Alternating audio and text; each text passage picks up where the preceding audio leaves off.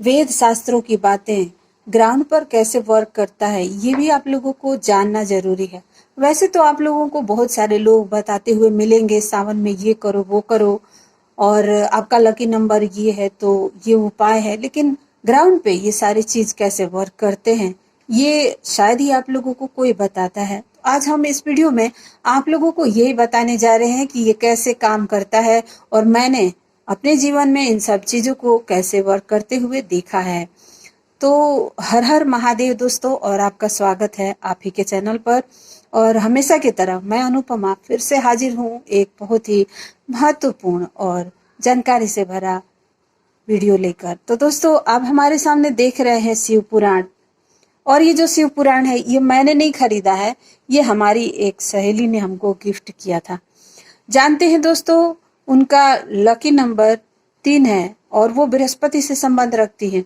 और बिना किसी के बताए ही उनके अंदर ये आदत है कि कोई भी कहीं जाता है तो वो उसको गिफ्ट के तौर पर धार्मिक किताबें ही गिफ्ट करती हैं। और शिव पुराण खास करके उन्होंने न जाने कितने लोगों को दिया है और मुझे भी दिया है बजाते कवर के साथ। तो दोस्तों, शिव पुराण जब मैं पढ़ रही थी, उन्होंने कहा था कि आप इसको पढ़िए, तो मैं उनके कहने के हिसाब से पढ़ने लगी थी। और शिव पुराण की महिमा अपरंपार है, आप सभी जानते हैं। महादेव की बहुत सारी लीलाएं हैं इसके अंदर। मुझे पता चला कि जो बेलपत्र होता है वो बहुत ही शुभ होता है, महत्वपूर्ण होता है। और इस तरह से मैंने एक अपने घर में बेल का वृक्ष लगाया था। उस समय मैं लखनऊ में रहती थी और बहुत ही सब कुछ अच्छा अच्छा चल रहा था। अचानक से बेलपत्र सूख गया और थोड़ी सी हमको निराशा लगा, क्योंकि मैं उसको अपने साथ साथ लेकर घूमती थी। सफर में भी कहीं जाती थी, अगर घर बदल रही हूँ तो वो मेरे साथ ही रहता था। वो सूख गया। दोस्तों, कल मैं अपनी एक फ्रेंड के यहाँ गई थी। मेरे सोसाइटी में विष्णु सहस्त्र नाम, ललिता सहस्त्र नाम होता है।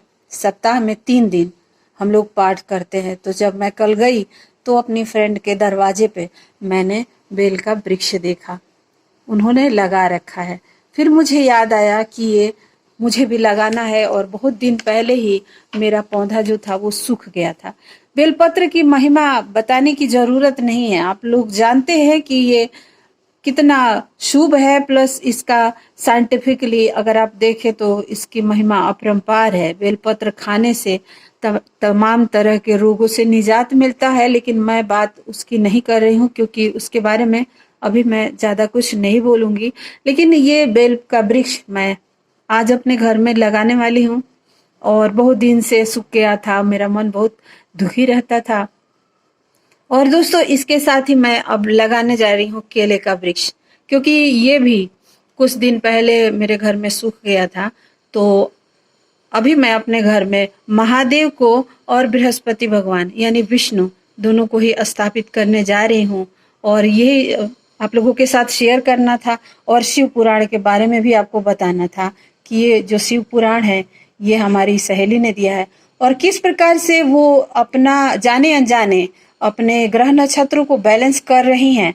यानी कि धार्मिक किताबें जब आप किसी को शेयर कर रहे हो, किसी को दे रहे हो, तो अपने बृहस्पति को मजबूत कर रहे हो। तो इस वीडियो में भी मैं आपको यही बताने की कोशिश कर रही हूँ कि जो लकी नंबर होता है हमारा, वो हमारे शरीर से, हमारे जीवन से बहुत गहरा संबंध रखता है। और जब हम उस तत्व को बैलेंस कर लेते हैं तो जीवन में आ रही परेशानियों से भी निजात मिल जाता है। और वो जो हमारा पर्टिकुलर ग्रह है, चाहे वो सूर्य हो गए, चंद्रमा हो गए, बृहस्पति हो गए, मंगल हो गए, उस ग्रह का तत्व बैलेंस हो जाता है और जीवन खुशियों से भर जाता है, स्मूथ हो जाता है।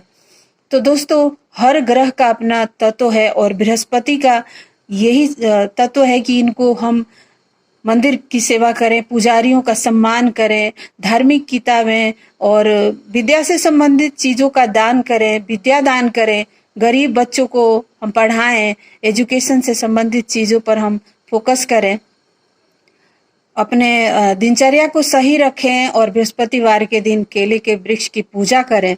तो इन लोगों को बृहस्पति से संबंधित जो लोग हैं जिनका लकी नंबर 3 है उनको बहुत फायदा होता है। और देखिए उन्होंने कितना सम्मान के साथ मुझे ये कवर में दिया था, तो आप लोगों को बताना जरूरी था। और इसलिए मैं वीडियो बना रही हूँ। अब आपसे लेती हूँ विदा। वीडियो आपको कैसा लगा बताइएगा जरूर। मिलती हूँ एक नए विषय के साथ। तब तक के लिए खुश रहिए, स्वस्थ रहिए और मुझे दीजिए इजाजत। Thank you so much for watching. सर्वे भवन्तु सुखिनः।